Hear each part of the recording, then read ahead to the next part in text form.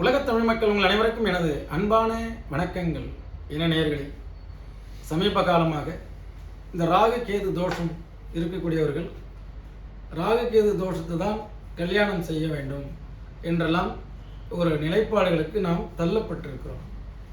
மூல நூல்களில் இல்லை, எந்த புத்தகத்திலையும் ஆய்வு கட்டுரைகள் இல்லை. ஆக என்னுடைய கால் நூற்றாண்டு அனுபவத்தில் அங்கே ராகு கேது இருப்பவர் இல்லாதவரை திருமணம் செய்து அவர்களுடைய உயிருக்கு ஆபத்துக்கெல்லாம் ஏற்படவில்லை.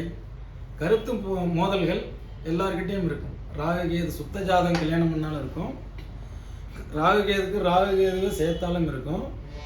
அப்படிதான் சேர்க்கணும் அப்படிங்கக்கூடிய வாதத்தை நான் மறுக்கிறேன். அவ்வளோதான், இது எனது அனுபவம். ஆக அனுபவங்களை வெளிக்கொண்டு வருவதற்கு அற்புதமாக யூடியூப் இருக்கு. அப்போ நானும் காலையிலேருந்து இங்கே உட்காந்து அந்த ஜாதகத்தை பார்க்கும்போது இந்த தோஷத்தை 20 ஆண்டுகளாக நாங்கள் பார்த்துட்டு வரோம். 20 வருஷமாக 2005க்கு அப்புறம் இந்த ராகு கேது உள்ளே வருது. அப்போ 2000லேருந்து நான் ஜாதகம் பார்த்துட்டு இருக்கேன்.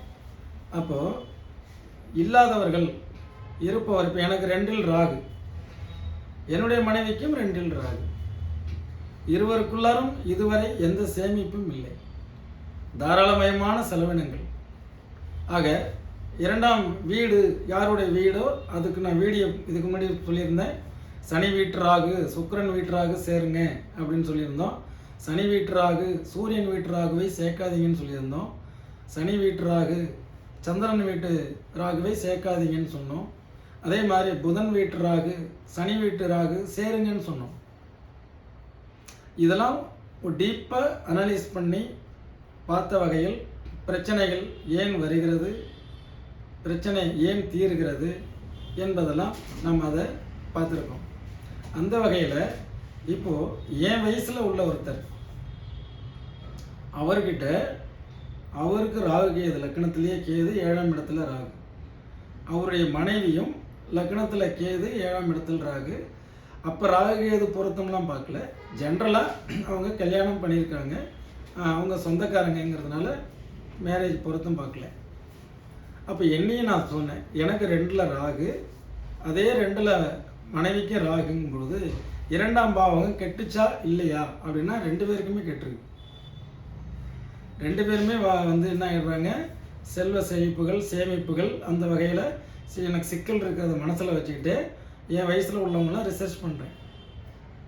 அப்படி வரும்பொழுது அவருக்கு கடக லக்கணத்திலேயே மேச லக்கணத்திலேயே கேது இந்த பெண்ணுக்கு, அதே ஆண் ஜாதகத்துக்கு கடக லக்கணத்திலேயே கேது.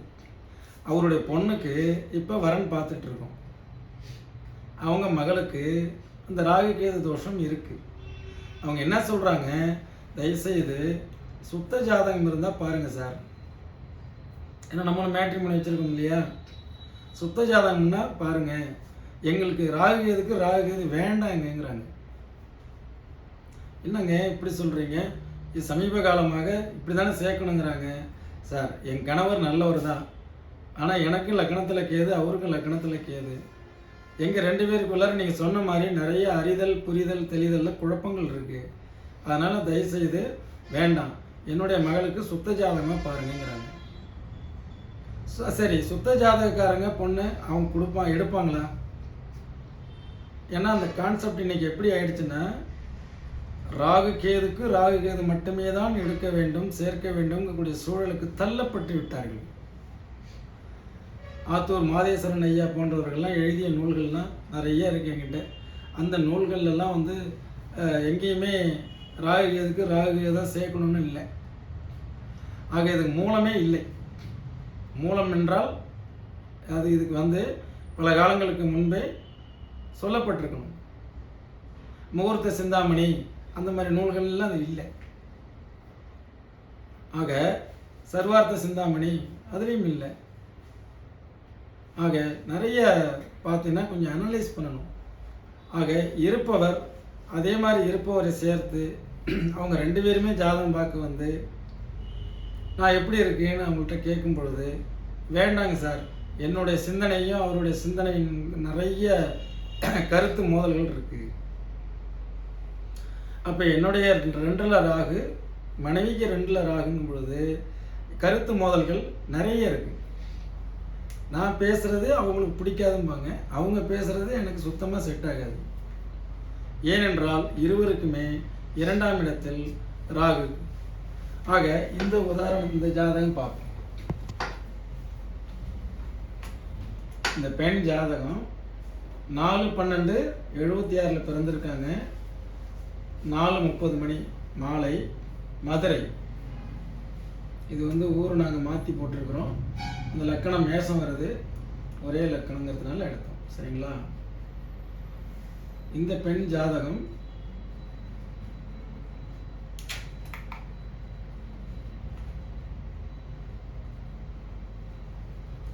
2022 குரு மகா திசை அவங்களுக்கு நடந்துட்டு இருக்கு. அவங்க மேச லக்கணத்திற்கு நல்ல பாக்கியாதிபதி திசை, நல்ல 2ஆம் இடத்துல இருக்கிறதுனால நல்ல வசதி வாய்ப்பாக மகிழ்ச்சியாக இருக்கிறாங்க. இந்த லக்கணத்தில் சந்திரன் ப்ளஸ் கேது, 7ஆம் இடத்தில் ராகு. இந்த ராகு அப்படிங்கிறது 7ஆம் இடத்து ராகுவை நான் ஒரு வீடியோவில் சேர்க்க சொல்லியிருந்தேன். எப்படி சேர்க்கணும்னா, 7ஆம் இடத்து ராகு சுக்கிரன் வீட்டு ராகு, புரியுதுங்களா? சுக்கிரன் வீட்டு ராகு. அதே மாதிரி மேச லக்கணம் அப்படின்னா செவ்வாய் வீட்டு கேது. இந்த மாதிரி இதை எடுத்துக்கணும். அன்னைக்கு அவங்களுடைய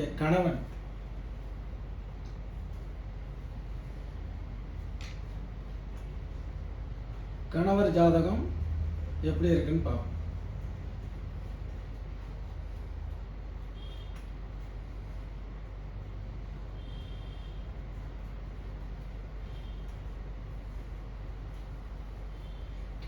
பாருங்க, 20/5/1972 காலை 11 மணி. அவருக்கு கடக லக்கணம். லக்கணத்தில் கேது, 7ஆம் இடத்தில் ராகு. புரியுதுங்களா? இப்போ நான் ஒரு வீடியோவில் ராகு கேது சேர்க்கறதா சேர்க்குறீங்க, எந்த மாதிரி இருந்தால் நல்லதுன்னு ஒரு பாயிண்ட் சொன்னேன். அதாவது இவருக்கு இந்த ராகு யார் எங்கே இருக்குது? சனி வீட்டு ராகு. அந்த பெண்ணிற்கு சுக்கிரன் வீட்டு ராகு. சரிங்களா? ஆக கடக லக்கணம், சந்திரன் வீட்டு கேது, அவங்களுக்கு செவ்வாய் வீட்டு கேது. சந்திரன் செவ்வாய் இணைந்தால் சந்திரமங்கல யோகம்னு சொல்கிறாங்க இல்லையா? அதனால இவங்க 2 பேருக்கும் பிரிவினை வரல, நல்லா இருந்திருக்காங்க. ஆனால் இந்த லக்கணத்திலே இருக்கக்கூடிய கேது, இவருக்கு இப்போ ராகு தசை தான் போயிட்டுருக்கு. 2018 2036 வரைக்கும் லக்கணத்துக்கு 7ஆம் இடத்துலேருந்து ராகு திசை நடப்பதால் அவருக்கு அவருடைய மனைவிக்கு சற்று உடல்நிலை பாதிப்பாக இருக்கிறது ஸ்டேட்மெண்ட் சொன்னது. சரிங்களா? ஆக இந்த லக்கண கேது அவங்க பார்த்தீங்கன்னா மேச ராசி, இவங்க சிம்ம ராசி.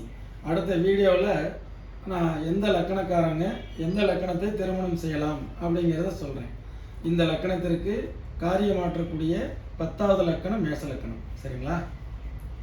இந்த சிம்ம ராசிக்கு நல்ல பாக்கியத்தை கொடுக்கக்கூடிய அதிர்ஷ்டகரமான ராசி அந்த மேச ராசி. மேச ராசி கல்யாணம் பண்ண பிறகு இவருடைய வாழ்வாதாரங்கள் வேறு லெவலுக்கு போயிடுச்சு. ஆக என்ன ஸ்டேட்மெண்ட் அப்படின்னா, கடக லக்கணத்தில் இருக்கக்கூடிய கேது அவங்க மனைவிக்கு மேஷத்தில் இருக்கக்கூடிய கேது.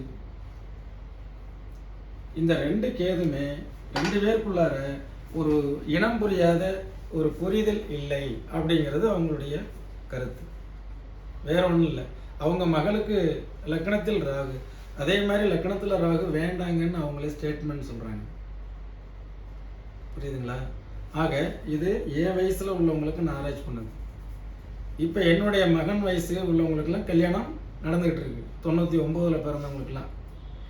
இப்போ மகன் வயசில் உள்ளவங்க மட்டும் நாம் இவங்க 2 பேருமே கல்யாணம் பண்ணி நல்லா வாழ்ந்திருக்காங்க. பட் அந்த கேது 2 பேருக்குமே லக்கணத்தில் இருக்கிறதுனால 2 பேருடைய தாட்ஸ் அப்படிங்கிறதுல கருத்து மோதல் வருது, எண்ணங்கள். நான் அதை விற்காதீங்கன்னு சொன்னால் அவர் இப்போ வரணும். 2 பேருடைய எண்ணங்கள், அந்த சொத்தை அப்படியே வச்சிருந்தோன்னா இன்னைக்கு பல கோடி ரூபா போகுங்கிறாங்க. இவர் அனாவசியமாக அதை வித்துட்டாருங்க. அப்போ ஆலோசனை சொல்லணும்னா ஆலோசனை கேட்கணும். ஆலோசனை கேட்கணுங்கிற எண்ணம் இருந்தால் தான் சொல்கிறவங்களுக்கு அந்த எண்ணங்கள் வரும். அந்த மாதிரி ஒரே மாதிரி கிரக அமைப்புகளை சேர்க்காதீர்கள். வருங்கால ஜோதிடர்களே, என் மகன் வயது ஜோதிடர்கள், ஆரம்ப நிலை ஜோதிடர்கள், நீங்களும் ராகு தான் சேர்க்கணும்னு போகிறதுக்கு முன்னாடி நூல்களில் இருக்கா, மூல நூல்களில் இருக்கா, பிருகஜாதகம், பலதீபிகை, குமாரசுவாமியம், குப்பு சுவாமியம், இந்த நூல்கள்லாம் எங்கேயாவது இருக்கா? அனுபவ சுந்தரசேகரம் இல்லை. இல்லாததை ஏன் நீங்கள் சொல்லி இப்போ இவங்களுடைய என்ன சொல்கிறாங்க, ராகு கேது இருக்கிறவங்களே வேண்டாங்கிறாங்க. எனவே ஜோதிடம் என்பது அனுபவம். தயவுசெய்து உங்களுடைய அனுபவத்தை இது மாதிரி யூடியூப்பில் வெளிப்படுத்தி உதாரண ஜாதகங்கள் போட்டு வெளிப்படுத்தும் பொழுது எத்தனையோ காதலர்கள் இன்றைக்கெல்லாம் ராகு கேது இருக்கிறவங்கள தான் கல்யாணம் பண்ணணும், இல்லை காதல் பெருசு கிடையாது அப்படிங்கிற அளவுக்கெல்லாம் வந்துருச்சு. இப்போ தயவுசெய்து விழிப்புணர்வாக இருங்கள். இன்னொரு விழிப்புணர்வு நிகழ்ச்சியிலே மீண்டும் சந்திக்கிறேன். நன்றி, வணக்கம்.